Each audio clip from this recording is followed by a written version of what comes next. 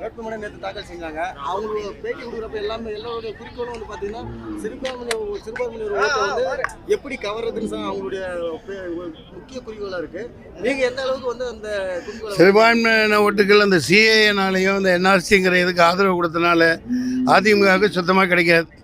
எடப்பாடியாருக்கு ஒன்றுமே போகாது. டெபாசிட் கூட அவங்க வாங்க மாட்டாங்க தமிழ்நாட்டில். ஏன்னா அவங்க தான் அதை வரவழைச்சது. அது ஆதரவு கொடுத்து ஒரு இக்கட்டான சூழ்நிலையை உருவாக்குனது. ஒரு மத நல்லிணக்கம் மிகுந்த தமிழ்நாடு இது. உலகத்தின் உண்மையான ஜனநாயக தொட்டில்னு ஒன்று அழைக்கப்படுதுன்னா அது இந்த தமிழ்நாடு தான். இங்கேயே வந்து இரும்புறீங்க, தள்ளி இரும்புங்க, வாங்க வாங்க. சாரி, கட்சியின் பொதுச் செயலாளர் தமிழ் இன மறுமலர்ச்சி கழகம் சந்தோஷ்குமார், லியாக்கத் அலி தலைவர் எல்லாம் ஆதரவு கொடுத்துருக்காங்க. உங்கள் பேர் நம்ம புஷ்பதாமன். எல்லாம் அனைத்து இன மக்களும் ஒற்றுமையாக இருக்கிற ஒரு நாடு தான் தமிழ்நாடு.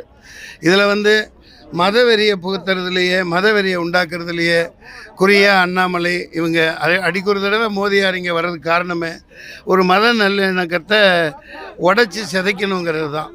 அது மக்களுக்கு எல்லாம் நல்லா தெரியும்.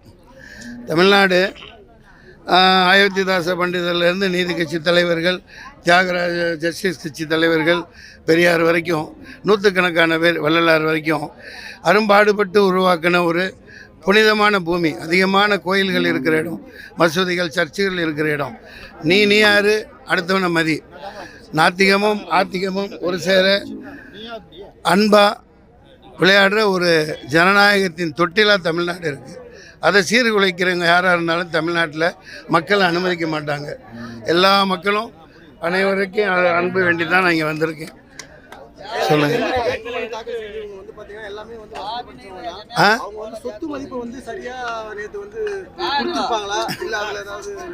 அது எனக்கு தேவையில்லாத விஷயம் ஐயா. அவங்க எவ்வளோ சொத்து வச்சுருந்தா என்ன, வைக்காமல் இருந்தா என்ன, என் சொத்தை இந்த மக்கள் தான். இந்த வேலூருங்கிற சுற்றி மலைகள் இருக்குது. அந்த மலைகளில் வெளிநாட்டு தொழில்நுட்பங்களோட அல்லது அந்த சாதாரண அந்த பயோடெக் இங்கே அவ்வளவு மாணவர்களை வச்சு கூட 40 அடி உயரமாக இந்த கொடைக்கானல், ஊட்டியில் வளர்கிற மரங்களெல்லாம் இங்கே பரிசீலனை முறையில் நட்டு பராமரித்தா அது மழை 20% மழை இங்கே வருங்கிறது ஆய்வு சொல்லுது. அதை நான் தெரிஞ்சுக்கிட்டு தான் இங்கே வந்திருக்கேன். சுற்றி மலைகள் இருக்குது. அந்த மலைகளை பசுமையாக்கணும். என்னோட 3 கொள்கைகள். 1, 4 லட்சம் பேருக்காவது குறைந்தது 2 லட்சம் ரூபாய் கடன் இல்லாத, அதாவது வட்டி இல்லாத கடன் கொடுக்கணும். எப்படின்னா அது வட்டி இல்லாமல் கடன் வந்து பேங்க் கொடுக்க விடாது. அது ஒரு ட்ரஸ்ட் மூலம் ஆரம்பித்து, இது இன்ஸ்பிரேஷன் எனக்கு மோடி ஐயா தான். ஏன்னா 25 லட்சம் கோடியை அதானிக்கு தள்ளுபடி பண்ணியிருக்கார். பல பேருக்கு, குஜராத்திகளுக்கு 22,000 கோடி, 12,000 கோடி, 4,000 கோடி அப்படியே தள்ளுபடி பண்ணியிருக்கார். நம்ம ஏன் இது ஏழை எளியவர்களுக்கு அதை பங்கு போட்டு கொடுக்கக்கூடாதுன்னு வேலூரில் நான் நிச்சயமாக ஆரம்பிப்பேன். அதாவது பேங்க் இடம் கொடுக்காட்டி ட்ரஸ்ட்டு, அம்மா பேரில் சபூரா ட்ரஸ்ட்டுன்னு ஆரம்பித்து, நீ எப்படி அவங்களுக்கு கொடுத்த அந்த மாதிரி கூடுறான்னு இவங்க எப்படி இந்த தேர்தல் பத்திரங்கள்லாம் அலோவ் பண்ணாங்க, அந்த மாதிரி கொண்டா 100 கோடி கொடு, 200 கோடி கொடுன்னு வாங்க முடியும். சட்டத்தில் இடம் இருக்குது. ஏன்னா சும்மா 500 1000 பிச்சை போடுறத விட அவங்க ஒரு தலை நிமிர்ந்து சமூகத்தில் ஒரு ஒரு உயர்வான நிலையில் வாழணும்னா அவங்களுக்கு மூலதனமாக 1 லட்சம் 2 லட்சம் சாதாரணமாக விவசாயிகளுக்கு, ஒரு சிறு குறு தொழில் செய்கிறவங்களுக்கு இது மிகப்பெரிய பயனாக இருக்கும். ஒரு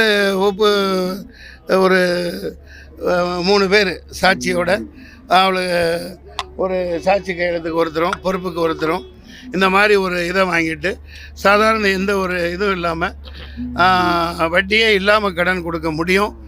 ஏன்னா அவன் பணக்காரனுக்கு கொடுத்து அவர் மோதியோட பினாமிங்கிறாங்க. கெஜ்ரிவால் ராஜ்யசபையிலே சொல்லியிருக்கார். 4 நாள் முன்னாடி சொன்னார். அதனால தான் அம்பானி வந்து பினாமி இல்லை, அம்பானிக்கு வந்து இவர் கொடுக்குறார். அது செல்வாக்கு, அது மக்களுக்கு எல்லாம் தெரியும். அதானி வந்து மோதி பிதாமகனின் பினாமியாக இருக்காருங்கிறது கண்டுபிடிச்சி சொன்னனால தான் மிகவும் அராஜக முறையில் அவரை தள்ளிட்டு போய் ஒரு சாதாரண குடிமகனை ஏதோ குடிச்சிட்டு தெருவில் போகிறவனை தள்ளிட்டு போகிற மாதிரி 2 ஸ்டேட்டை ஆண்டு கொண்டு இருக்கிற ஒரு முதல்வரை கைது பண்ணியிருக்காங்க. சொபு சீரனா அவரை கைது பண்ணி உள்ளே வச்சுருக்காங்க. இது வந்து ஜனநாயகத்தின் அவலட்சணமான அலங்கோலமான நிலை. இது தொடர்ந்தால் பேராபத்தான் முடியும். நவீன இடி அமீனா மோடி அவர்கள் இருக்கார். அதற்கு கட்டியம் கூறுபவராக திருமிகு அண்ணாமலை அவர்கள் இருக்கிறார்கள்.